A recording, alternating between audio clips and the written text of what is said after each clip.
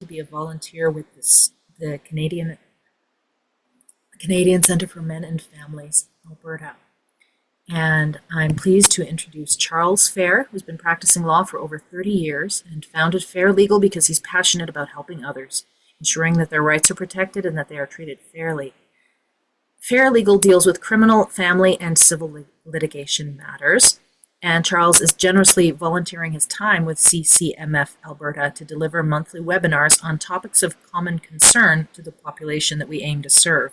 In other words, men struggling due to intimate relationship breakdown and turmoil. At CCMF Alberta, we're committed to meeting men where they're at so they can feel heard and validated and have conversations that matter to them. We help equip men to manage stressful situations, rebuild their lives after relationships fail, and stay connected with children. And we recognize that providing mental health support for men leads to optimal parenting outcomes, a reduction in family violence, and lower rates of suicide. This is an educational offering. It is not legal advice. If you have questions for Charles, please put them in the Q&A. I will read them out loud during the Q&A section. And please keep your questions related to the topic of this webinar. If your questions are too specific, we might not be able to read them aloud, or I might reword them. If you're looking for additional supports for your mental health as you navigate your legal challenges, please visit ccmfalberta.ca/programs to learn how else we can serve and support you. And with that, over to you, Charles.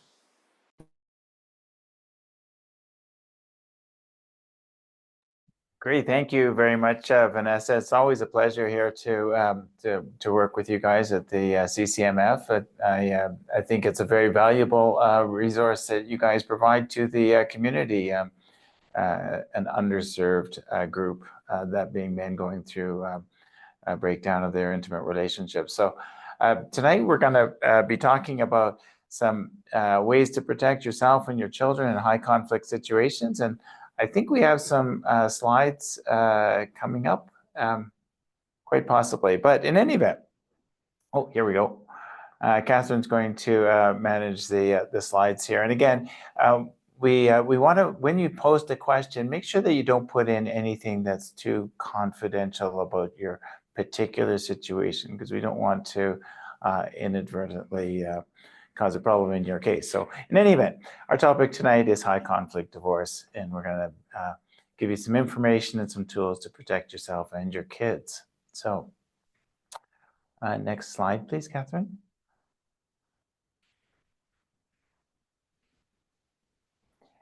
So our goal is to provide you some practical tools to navigate a high conflict divorce with calm strategy and child first thinking. And we'll give you some information about the situation that you're dealing with, the overall goal, and then how you're going to approach it best. So yeah, next slide, please.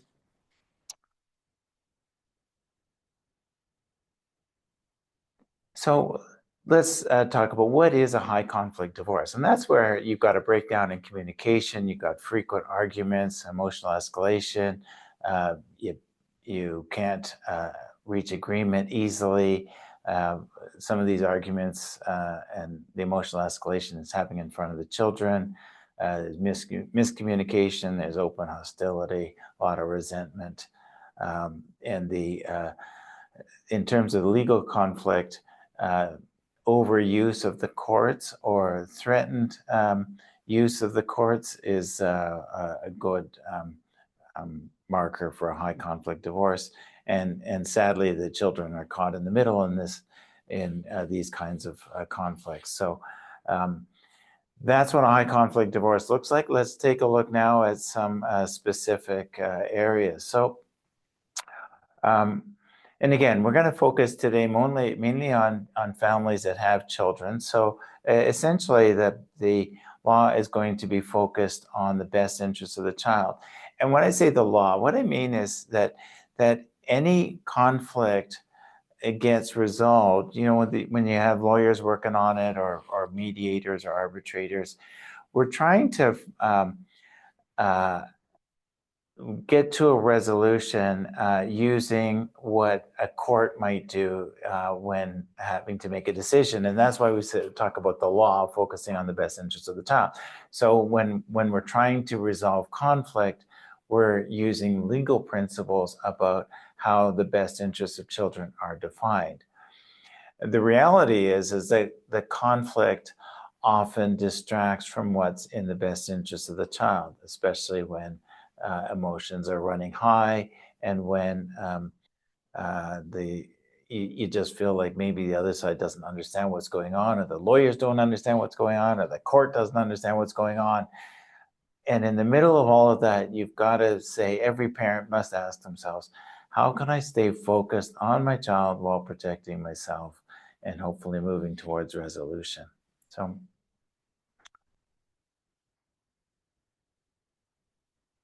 So here are the core issues that every divorcing parent must navigate when you've got children.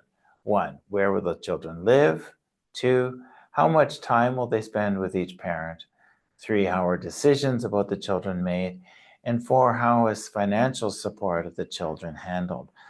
And so we can talk about each one of these things. So where will the children live? And that can, obviously, if you've got 2 households that are fairly close together, that makes it easy.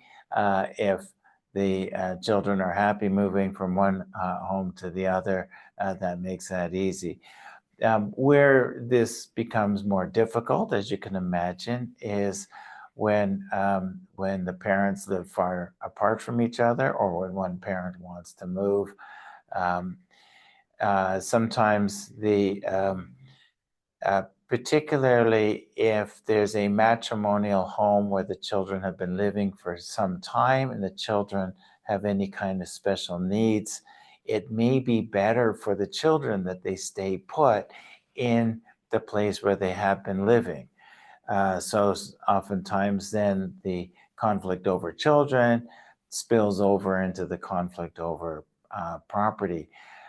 Sometimes you just can't, the family as a whole just can't continue to have 2 residences, with one of them being the matrimonial home, if there's just not enough money to go around. So sometimes the matrimonial home has to be sold, and the parents and the children have to move from there. And it can be really hard if one parent doesn't have a stable place to have the children with them. And so obviously, if you're couch surfing because you're recently separated and you haven't been able to figure out a place to live that's has enough room for the kids, and you're having to book hotels to spend time with them, that's not going to be a good situation for the children to live with you. The court's going to obviously want to have the children live with the parent who's more stable in that situation. So and how much time they will spend with each parent, well, again, that's partly a matter of the ages of the children and the particular needs of the children. So it's easy, I suppose, to say, well, children should spend all of their time with me as a parent, right? And say, well, that's obviously what any parent might think, but really the children need to spend time with each parent. Question is how much and for how long? And so that can there's lots of factors that can come into play there. Like, for example, if the children are young, generally speaking, you want to keep the time that they are away from one parent or the other to be fairly short. And so you'd be looking at much shorter periods of parenting time with each parent. You don't want it to go on for too long. As the children get older, then you can start moving to longer periods of time with each parent. And the ideal situation, I think, is when the parents have got equal parenting time. That doesn't always work, though. And sometimes what you find is it's as the children get older, they may be less inclined to spend all of their time or be going back and forth between the houses. So you've got teenagers, and they want to spend more time with one of the parents or in one of the houses because they just want to. And it's going to be hard to go against the wishes of a teenager. Quite often, the courts recognize that when you're dealing with teenage children, they just vote with their feet. So no matter what the parents might decide, the children are going to end up doing whatever they're going to do. So there's lots of variation there. Again, then the third point is how decisions about the children are made. And these can be, medical decisions, decisions about schooling, decisions about religion, what kind of extracurricular activities they're going to be in.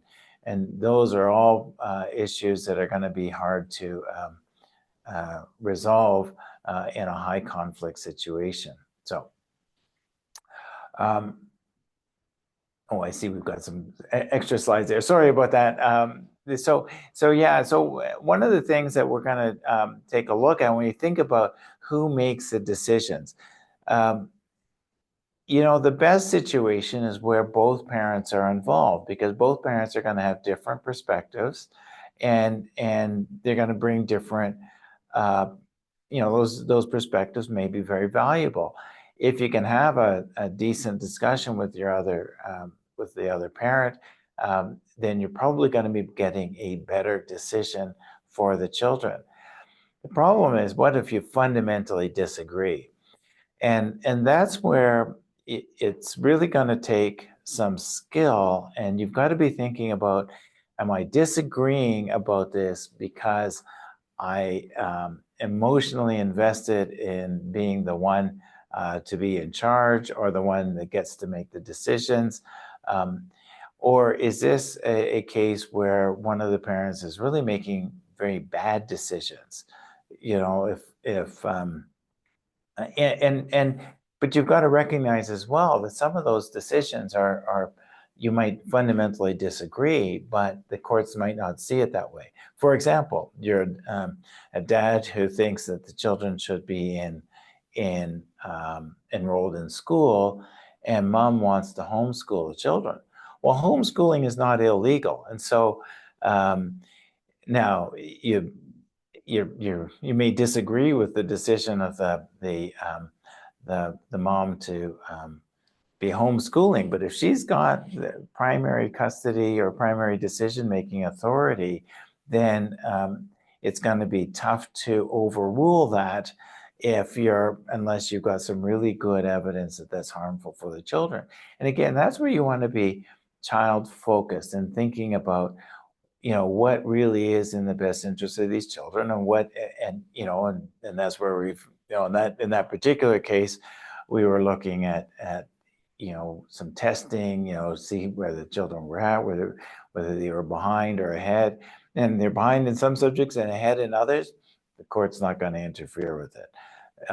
If they're getting socialization adequately, then the court's not going to interfere with it. Again, those are some of the ways that you got to be willing to take a look at it and say, is this really about what's in the children's best interest, or is this about wanting to just have control over the situation? So, and the same thing can apply to religion and activities. One of the things that can happen is one parent schedules activities for the children that cuts into the other parent's time, and that can lead to a lot of conflict. So again, there's ways that you can talk about that stuff, and again, it has to be child-focused, not necessarily child-led though, and there's a difference about that. So yeah, when we can go to the next slide.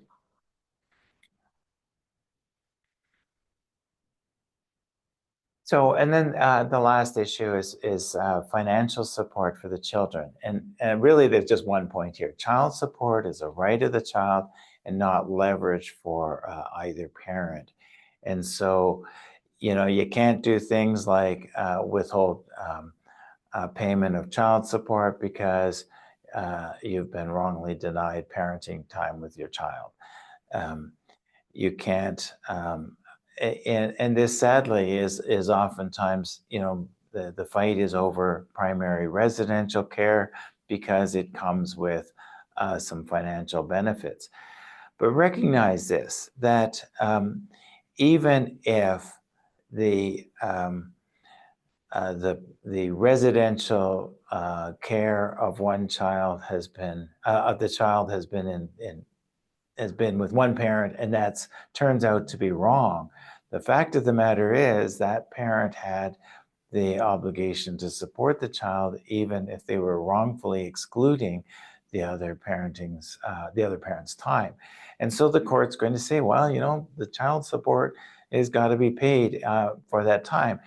And the child support is not a complete reimbursement for all of the costs involved in raising the child. So the child support tables that are set up under the various child support guidelines are really a reflection of what is expected each parent to be contributing to the financial well-being of the children. Again, it's a right of the child and not something to be leveraged in a high conflict divorce. So next slide.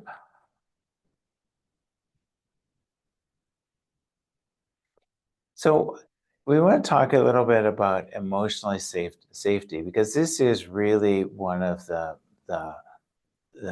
things that you got to recognize, that in a high conflict divorce, that the exposure to the children of that conflict causes long-term harm. And I'm going to say that the courts do notice who shields the children from the fight, and when you think about this, what the children need to see is not that parents agree, that they are 100% in agreement. They don't need to see parents who parent the same way. What they need to see is parents who model how to resolve conflict. And so if you can learn how to resolve conflict and model that in front of your child, that is going to be really, really good for your children. It's also going to be very good for you and your life in general, because managing conflict is something that we all have to deal with in our day-to-day lives. And while the stakes might be higher in a high conflict divorce, and the emotions are running higher, and that's it's still just conflict, and it's if you can learn how to manage it there, then you can learn how to manage it anywhere, whether that's work or in future relationships, or your local soccer club. So and next slide.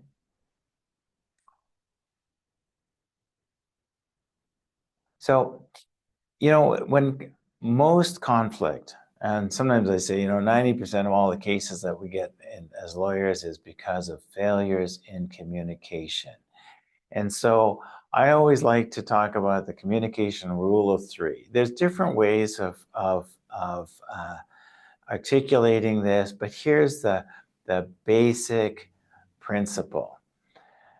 State, when you've got an issue that comes up, state what the issue is, tell the other person what they need to know, what you think they need to know, and that's not about argument or what the information that they need in order to make a decision about what you would like them to do. So the third point is, what would you like them to do? Keep the email short, simple, neutral. You don't need to be trying to convince somebody. You don't need to be anticipating an argument or opposition or anything like that. You just simply say. So, for example, I'd say, this coming weekend, I'd like to talk to you about the pickup time for the children, because there's an important meeting that's coming up in my work, and I'm going to have to pick up the children a couple of hours late. Are you okay with that? Is that something that you can handle, or are we going to have to do something different? You see how there's a nice rule of three. What's the issue? The information that the other person needs, and then you end with what you'd like them to do, and ideally you give them some options, and you shouldn't really be committed one way or the other. If they emotionally committed to them agreeing with you, that respect involves letting them have a voice, and that will reduce a lot of conflict if you just continue to follow that rule. I put a note here about using email first. I say the reason why I say that is because if you do need to get into a situation where, again, in a high conflict situation, the courts are going to be concerned about how the parties are communicating, and text messaging is often a convenient way of communicating, but it really comes out very badly in court because it's hard to tell timestamps and dates and stuff. So, and oftentimes other things are happening that are interspersed with those text messages. So it comes across as very disjointed. Whereas if you use email, then you use that rule of three. State what the issue is, what information does the other person need in order to make a decision, and what would you like to propose for a resolution of that. That rule of three is really fundamental. If you can't use, and if you find yourself wanting to use text messaging a lot, you want to move away from that if you can. Now, there is a resource, Our Family Wizard, and there's probably other products like that. This is the one that I'm most familiar with. You can post things like the parenting schedule in there. You can communicate with each other with emails. They're all together. They're easy to find. Again, you follow that same rule, the rule of three. You can post information about the children, about their medical appointments, and that sort of thing. It's a good way to do it. And then you can even set it up so that if you receive a message on Our Family Wizard, it sends you a text message.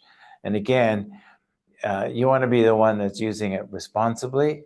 And just because it's devoted to the family communications, you still keep the rule of three in mind. Keep it nice and simple, brief, neutral language. Again, what's the issue?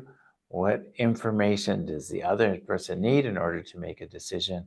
And what decision would you like them to make? And what other options are there? Okay, so I like to say that, one of the things I often say is we can't control what other people are going to do. And if you are trying to, they're either going to do the right thing or the wrong thing or nothing. But you can't control it. You can't control what their lawyer is going to do. You can't control what the judge is going to do. All you can do is really try to focus on whether you're doing what you can.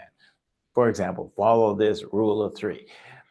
If the other person doesn't do it, well, have it documented, and if you're just not getting anywhere, and it's the conflict just doesn't seem to be going away, and you're doing what you can, get some advice, have somebody take a look at it. One of the advantages of Our Family Wizard is that you can allow your lawyer to have access to it. It doesn't cost anything more. The lawyer can go in and see what it looks like from your perspective.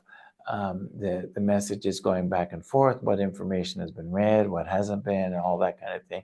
And then if you can get some advice from your lawyer, says, hey, maybe you can you choose some better words here. Again, you don't want to be using profanity or insults or anything like that. Doesn't help your situation, just makes it worse. You can't force somebody to do what you want them to do. And so, again, that's Our Family Wizard. And the last point there, mediation before litigation. Again, you want to try to find ways to work through the issues before you litigate. The courts are going to say, the first thing they say, before we start using up scarce court time, have the parties made a good faith effort to resolve their conflict outside of court. And if the direct communications aren't working, then you can use communication between lawyers. If that's not working, mediation, where you've got a third party that's helping you resolve disputes. That's going to be better. If that still doesn't work and you still have to go to court, well, then you've done what you can to do to resolve the conflict. And you remember this as well, that and this often happens, that the people are really fighting for things that, from the lawyer's perspective, don't really make any sense. You know, you look at the situation and you say, okay, well, why is this issue such an important issue when it's like an estate file arguing over the toilet seat? You know, yeah, we've all heard about these kinds of crazy disputes, and everybody locks in, and it's like the issue isn't really what's going on. The issue is probably, you know, somebody's just not resolved or hasn't just reconciled their minds to the fact that the relationship is over. And that's one of the things we talk about, is that if the parties haven't reached what we call the emotional divorce, that is the recognition or just the emotional acceptance of the fact the relationship is over, now what? Now, you know, you're not going to be able to put the relationship together. No matter what you can do, the other person's going to be who they are. You can't really fix it. And you've come to that place of acceptance. That's when it's going to be much easier to get to a resolution of all of the legal issues, especially regarding the children. If you haven't reconciled to yourself that the relationship is over, if you haven't reconciled, if you're still trying to work out the conflicts that were going on during the marriage, during the time that you were together, if you're still hoping that the courts are going to come in and try to, you know, force the other person to do it your way, the litigation is just going to be that much more difficult and expensive, and just going to be ongoing and really difficult, right? So getting to that point, and that's where, you know, reach out to CCMF, reach out to, you know, counselors. There's resources in the community that can help you understand where, you know, why the relationship is broken down, you know, how you can come to that place of acceptance, because that is going to make it easier to get to a resolution and reduce that conflict. And why do we want to do that? Because it's in the best interest of the children that you reduce that conflict. You know, when we talk about, just go on to the next slide there, yeah. Again, you want to focus on the child's experience, not your opinion of the other parent. That's great. That's a great way to say this. And again, when you think about it, when you got all these complicated situations, like you've got new parents coming, step parents coming in, and, you know, new relationships, what do the children really need to see? They need to see that the adults in their life are able to enter into healthy relationships with, you know, another adult. They are able to resolve conflicts. That's what children are going to benefit most. So yeah, the judges are going to respect calm, cooperative parents, and you know, even if somebody doesn't, even if the other party doesn't appear to be cooperative, the courts recognize who's going to be the calm parent, I think. Okay.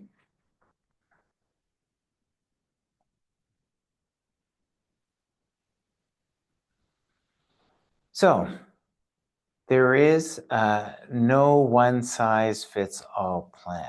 Okay. Children are different. You know, for example, just, you know, so here's an example. Sometimes in some parents or some families, say there's two kids, a boy and a girl. Sometimes the boy ends up wanting to spend time with mom, more time with mom and less time with dad, and the girl wants to spend more time with dad and less time with mom. Sometimes it's the other way around. Sometimes you know, again, this is when older children, you see, there really is no one size fits all plan, but there is a right approach. And again, that's where you stay calm, respectful, use that rule of three, and when you're in all of your communications.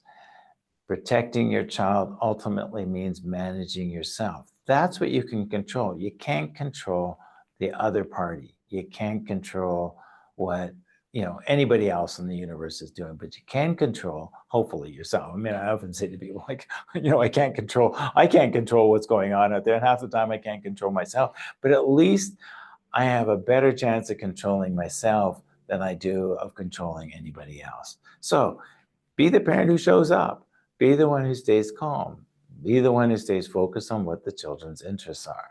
And that's when the children win, when the parents communicate well. And I got to say that you can focus on what the other parent is doing wrong. You can focus on, they should be communicating better, but it does not matter, because when you communicate well, ultimately the courts are going to recognize that, and ultimately the other parent will start to realize that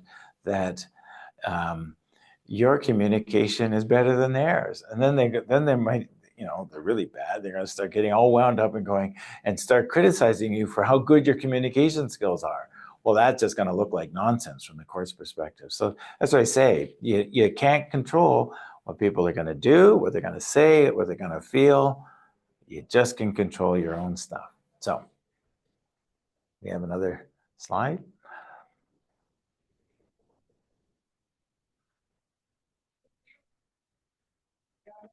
Oh, yes. So we do have some social networking stuff. We've got a Facebook page for CCMF, Instagram. So the stuff that's in blue are the CCMF programs. And then we've got the stuff in orange there. We've got a LinkedIn page for Fair Legal, a YouTube channel where you can get this video and other videos that we've recorded. And it looks like I've got a Facebook page as well. So.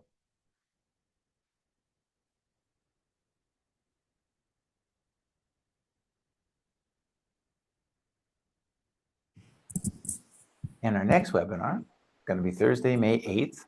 And you can view this and all previous webinars on our YouTube channel there. So Catherine has posted something there in the chat about subscribing to YouTube. And now it's your turn to ask questions, address concerns, and might be able to give you some answers. Again, I'm going to try to keep my answers general so that they're of benefit to more people in the group. All right, so there are two questions here that are so closely connected, I'm just going to read them both. Okay. If child support is not meant to be used as support for the other parent, why is child support variable based on earnings? For large disparities of income, greater child support would inherently be supporting the spouse. Why isn't there a standard national cost of raising or supporting a child regardless of earnings? And the other question is, why should there be a financial benefit to the parent that has primary custody? Shouldn't things be equal? Well,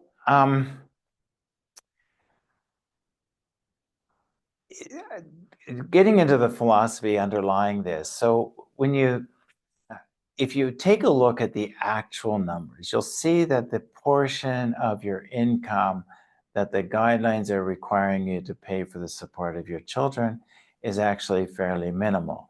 When you say, well, there should be some national standard for the cost of raising a child, well, that's really going to depend on a lot of different factors.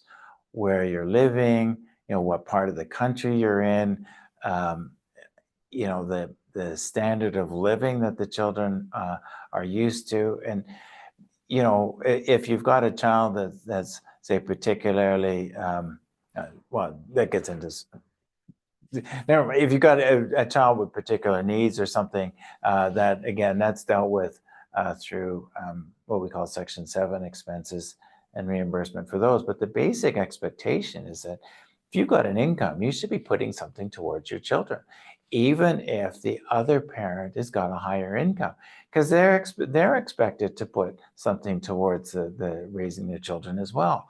And that's built into it. The amount that you have to pay in child support is not equal, doesn't come anywhere near to equal to what it costs to raise the child. And it's really a right of the child, not a right of the parent. Remember, if the the child's residence changes, then the child support adjusts as well.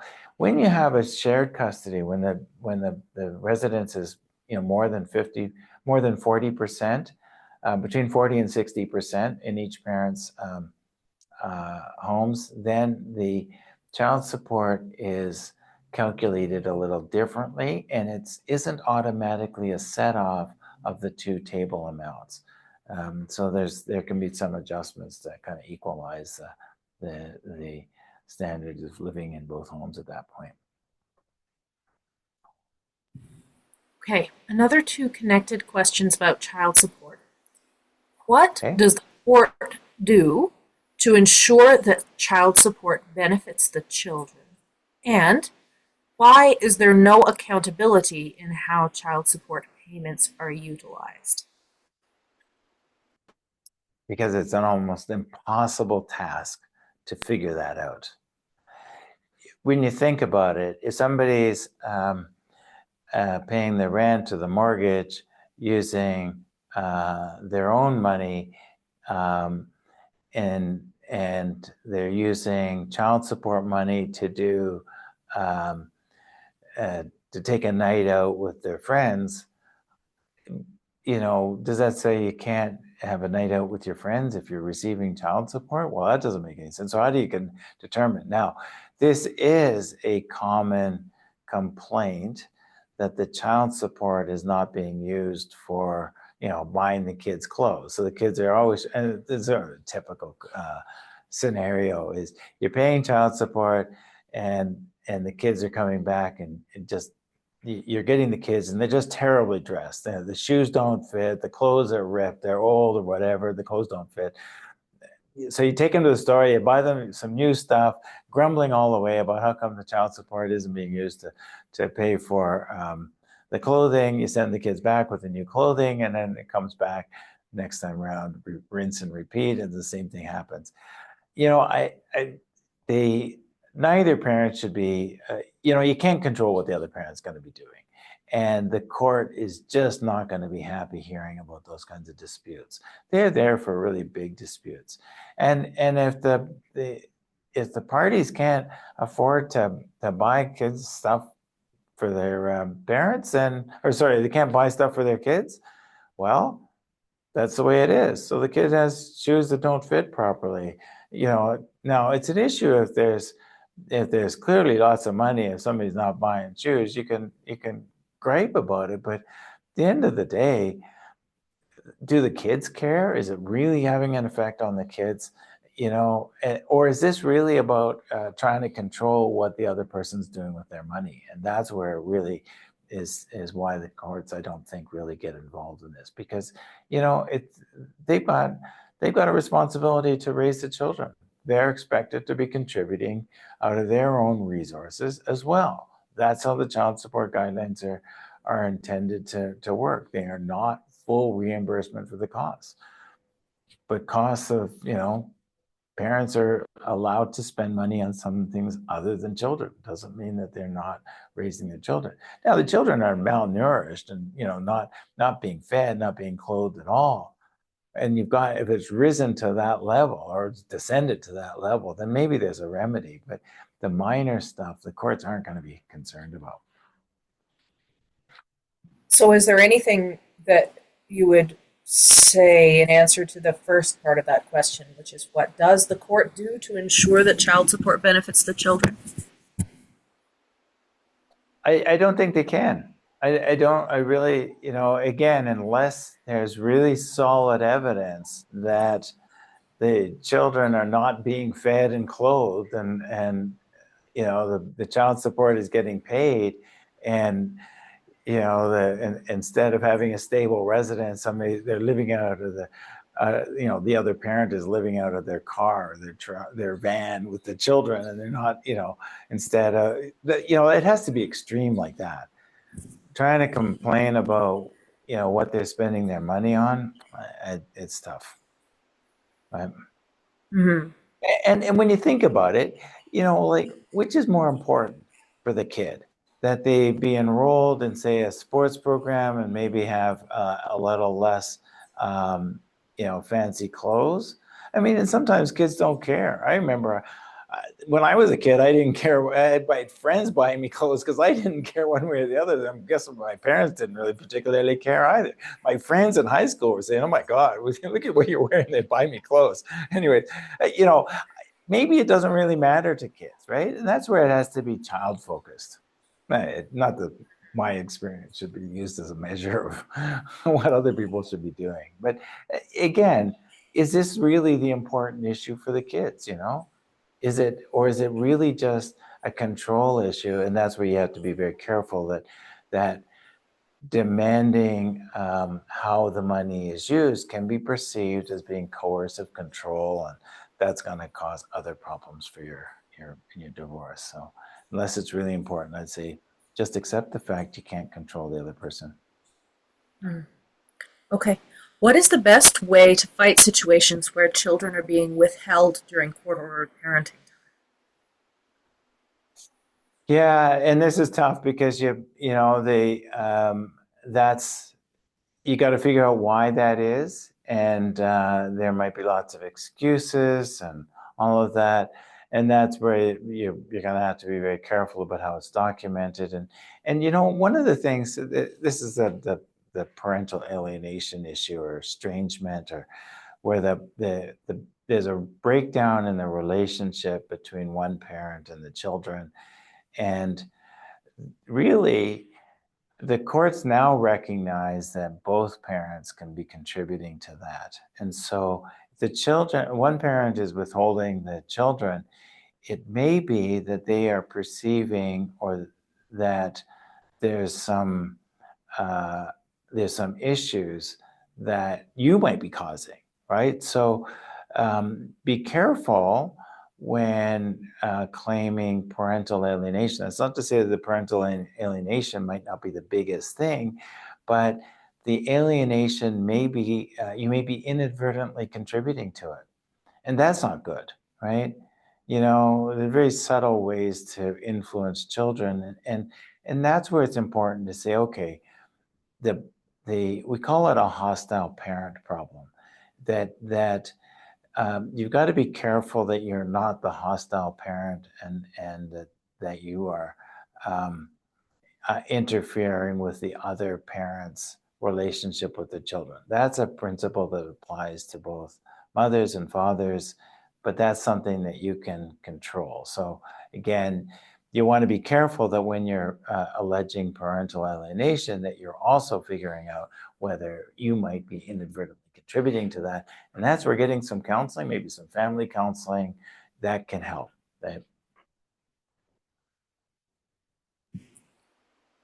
All right. So this is another question about child support and income. So if someone's ex-spouse has remarried and is being supported by that new spouse, uh, and therefore has zero income, right? So the way this was typed out was, if there is a step parent who is helping support the ex to the point where the spouse has zero income, at what point is the court going to look at this? Well, again, typically what happens if a parent is able to work, then they are going to be deemed to have a certain amount of income. That only comes into play if there's shared parenting. Because if they are not the shared if there's not a shared parenting, then you just have to pay that child support. And you say, okay, well, that doesn't seem fair. This person doesn't have to work. But think about it this way. They are not having to work, which means they are more available to your children.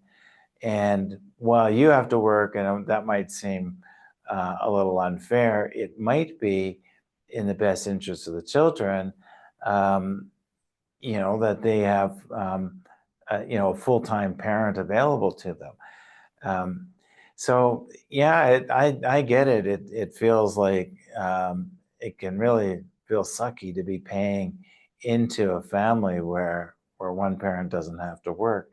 But again, think about it as this: it's your contribution to the children's well-being. If they get to live slightly better, you know, And again, I get it that you say, oh, well, they're not actually benefiting the children because they're taking extra trips and just dropping the kids off. I get it. That's hard, right? But again, it's your responsibility to contribute to the children. Now, sometimes if you can end up evaluating the respective incomes of the homes if you're using the undue hardship principles that are set out in the child support guidelines. So again, if the child support that you're paying because of your financial circumstances is too much, then the courts can take a look at the situation in both households, including the income of the other spouse in certain circumstances. But you don't get full disclosure from the other spouse, but it can be taken into account. All right. What are ways that one party can protect the children from the conflict between the parents when one parent is continually exposing them to yelling, swearing, and high conflict interactions when the one parent asks them not to do this in front of the children, tries not to interact with the other parent, but must do exchanges and extracurriculars?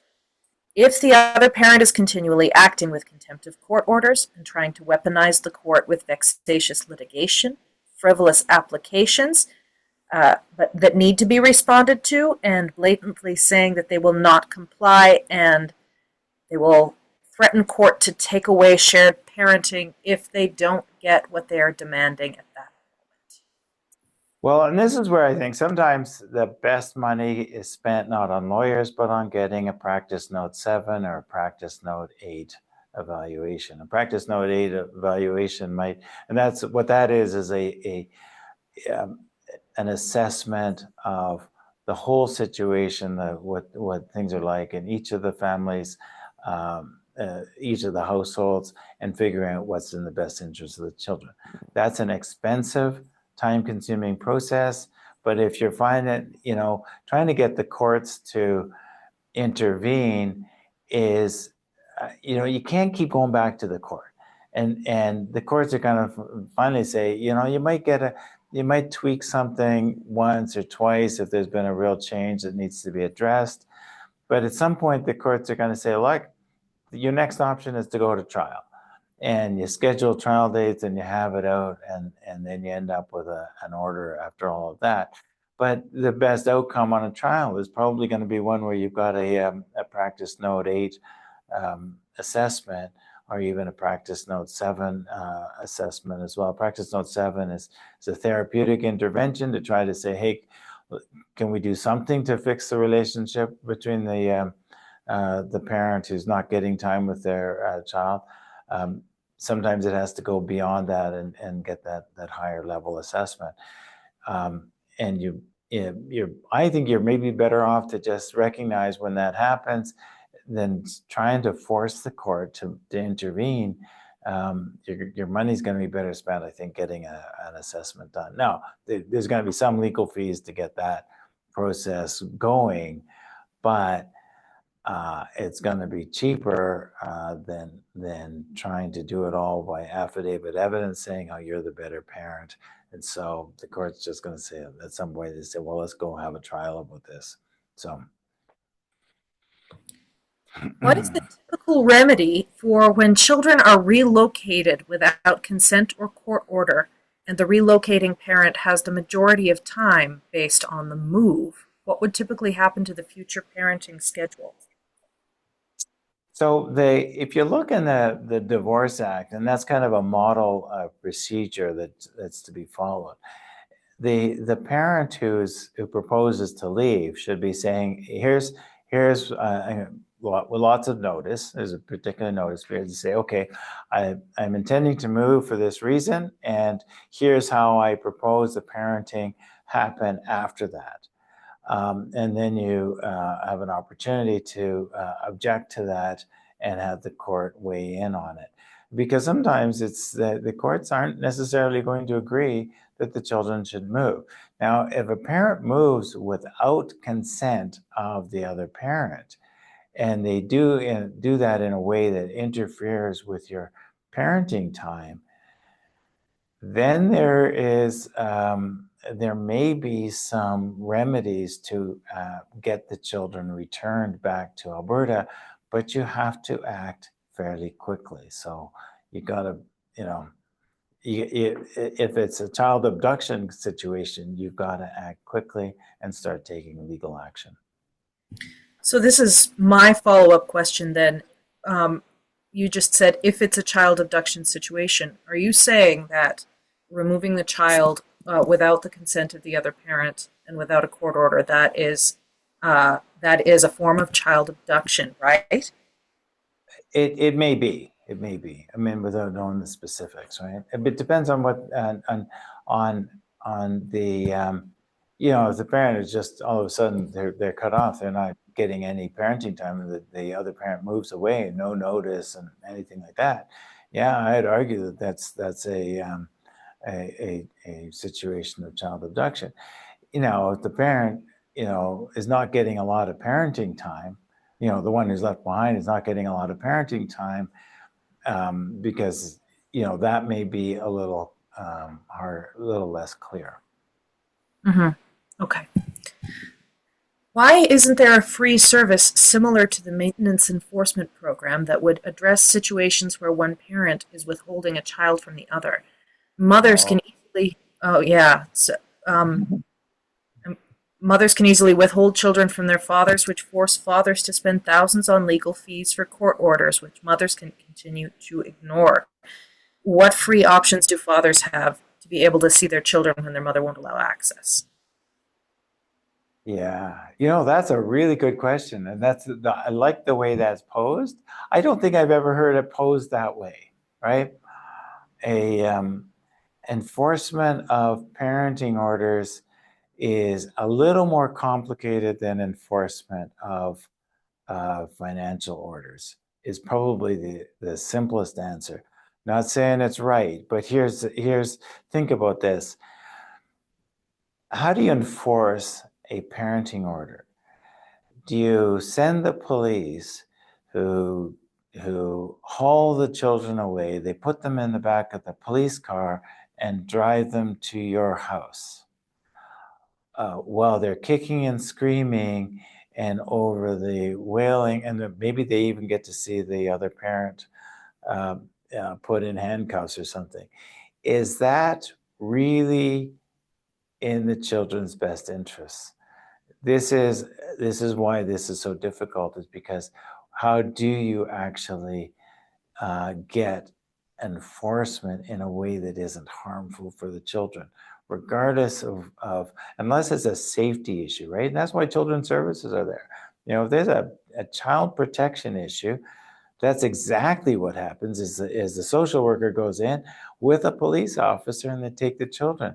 But if it's, you know, the kids are being returned late and you call the police and the police come in and take the children away because of the timing isn't being followed, you know, you know, all of a sudden the children are enjoying whatever they're doing, and then all of a sudden they're being treated like criminals, because that's how it's going to feel like for the children. So sadly, I think the answer is probably the maintenance enforcement program is just easier to do without causing other kinds of damage, right? So Yeah, you can garnish people's accounts. You cannot garnish the child. their children. You can't garnish a child. It's a good way to put it, you know, without causing some harm. And the courts struggle with that. I mean, there's no question. And they see that happening.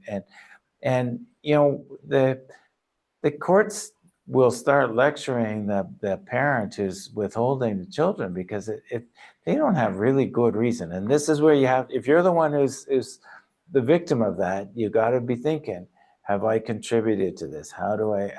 What things can I do better? And there's lots of resources out there that can help with that. You know, CCMF is one place to start. And not only can you better yourself that way, but if you can show the court that you are doing what you can to be a better parent, to be a better co-parent, Yeah. often it really sticks in the craw of people who are treated unfairly to have to go and do Yeah. these kind of skill building things, like some of the things we offer through CCMF. But it does look good. It makes you look good to the courts. Am I right?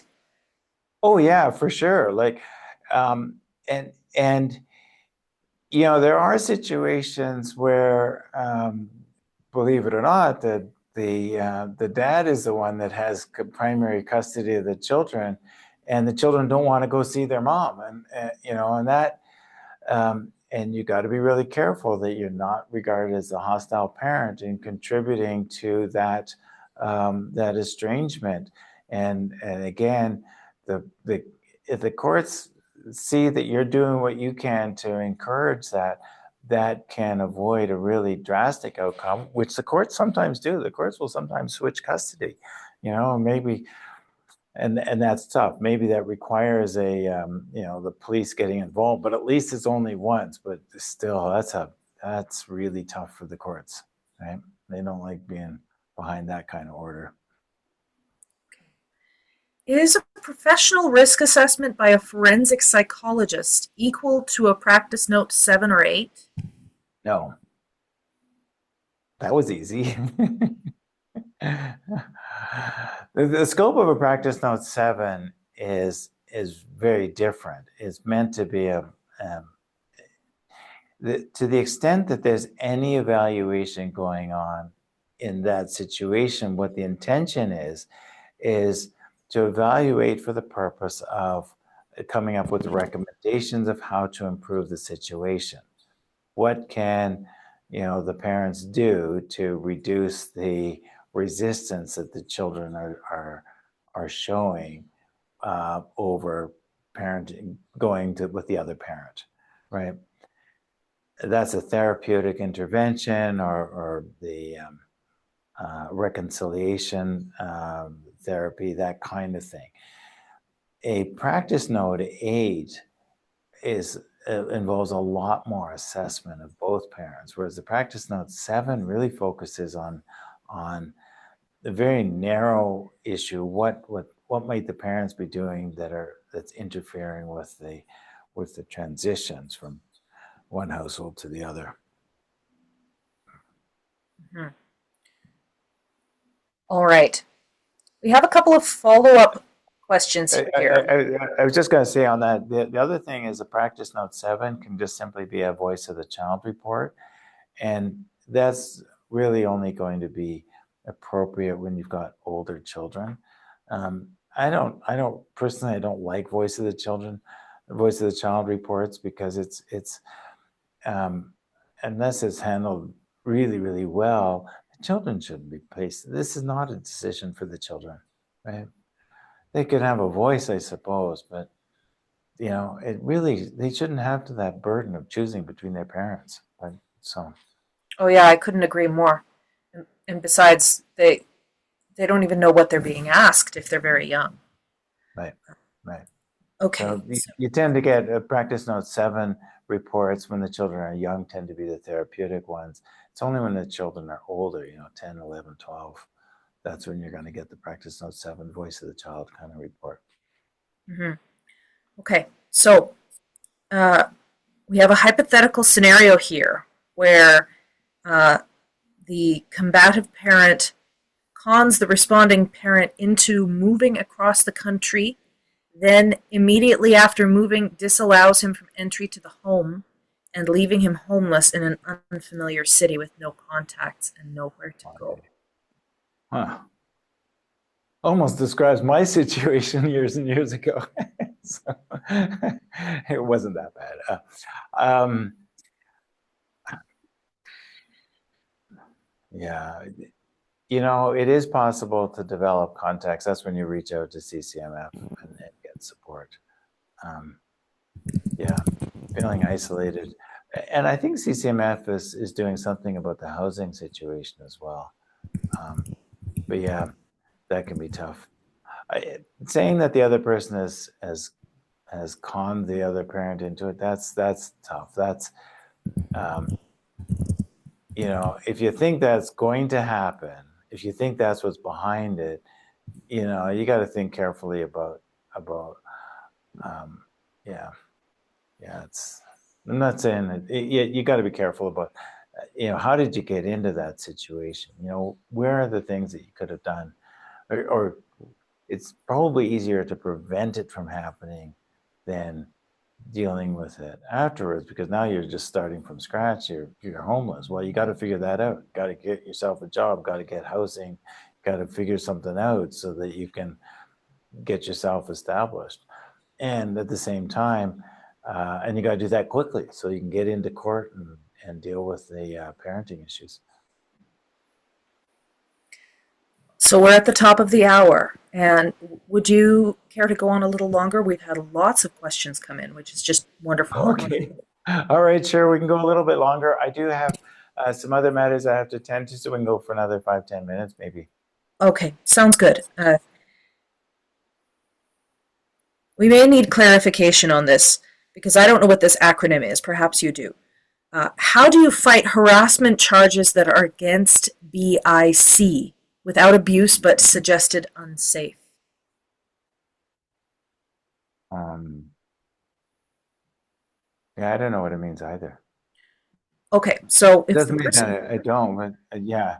if the Um, person could please rephrase that question, we'll go on to another one in the meantime. okay. What are more examples of what the courts think about behaviors and actions that are consistent with the other party being the hostile parent are presented in affidavit without a practice note 7 or 8 being done yet? The problem with it, a lot of times we see very poorly done affidavits. There's a number of rules that affidavits are supposed to follow. They're supposed to not contain hearsay.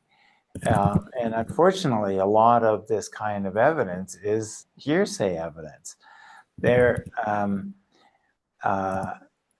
so the best kind of and again, affidavits are not supposed to be containing argument or positions. It should be just describing the facts, as you have direct knowledge of them. And so that's the best kind of affidavit to have, where if the facts are, again, without hearsay, you look at the impact of children on the children, for example, then you're saying to the court, we think this needs an assessment, and that's your basis for getting the assessment, is you're just setting out the facts and saying this needs an assessment, whether it's a practice note 7 or practice note 8, again, depending on the situation.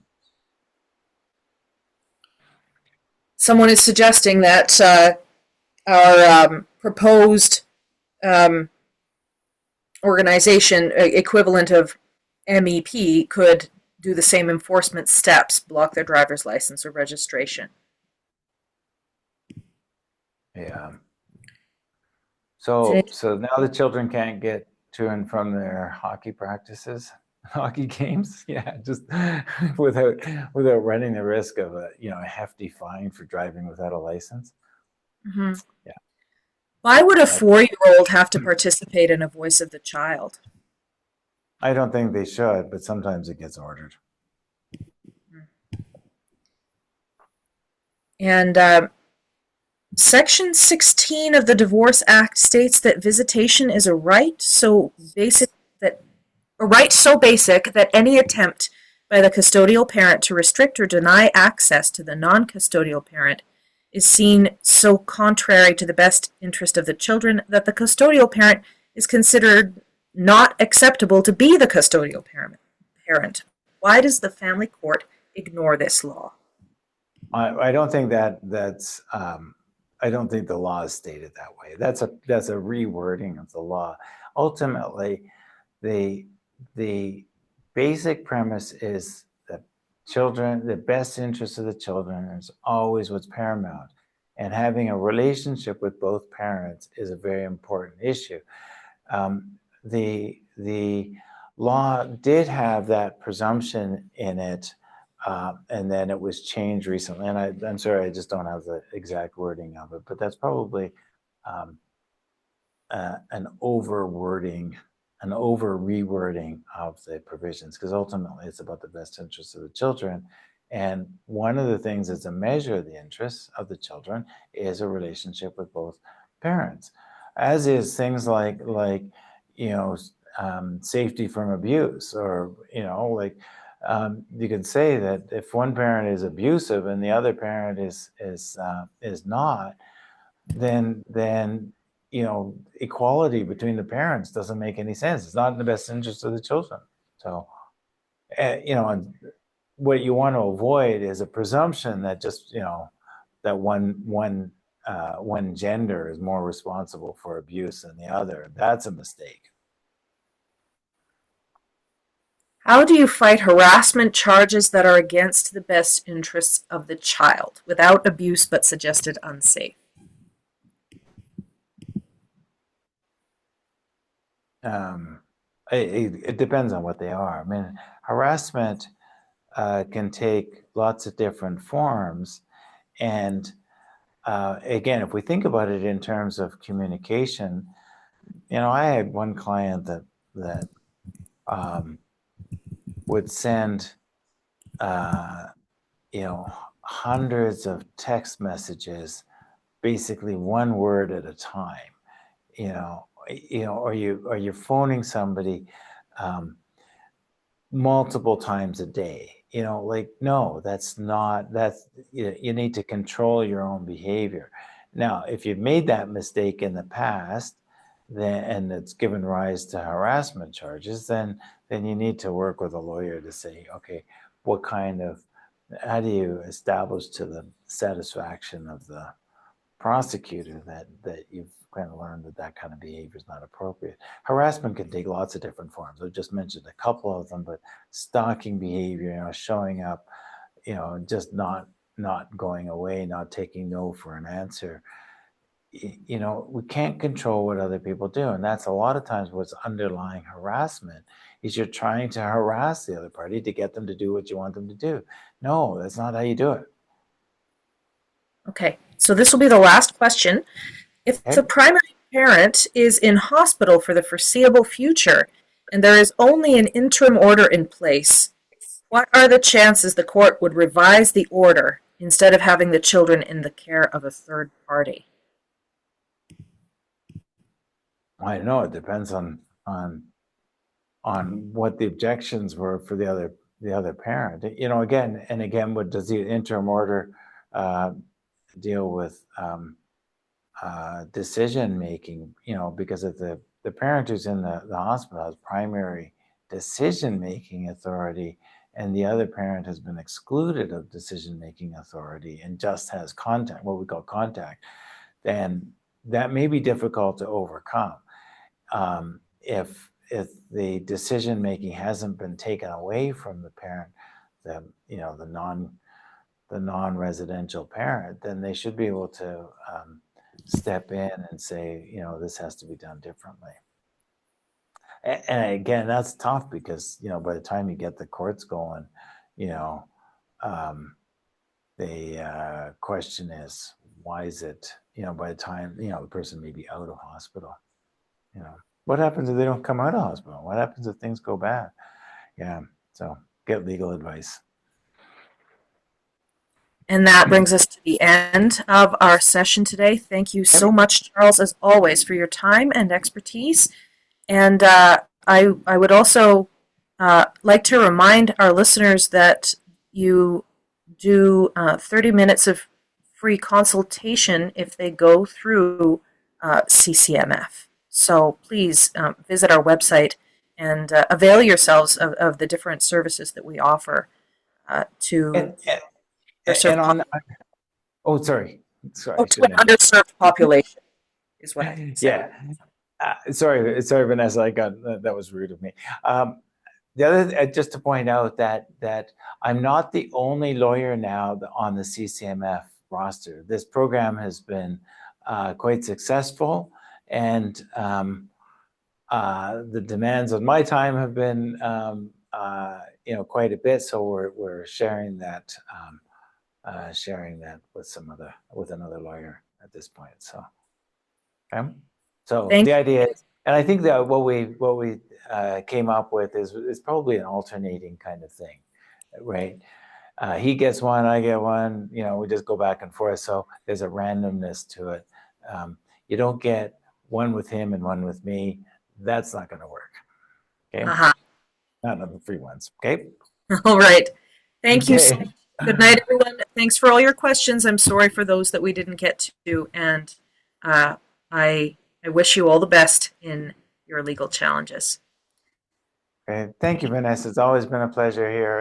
And you know, we do take a look at some of those questions that we haven't answered, and we sometimes use that as a basis for future webinars. So, Okay. okay. Thank Thanks. you very much. Okay.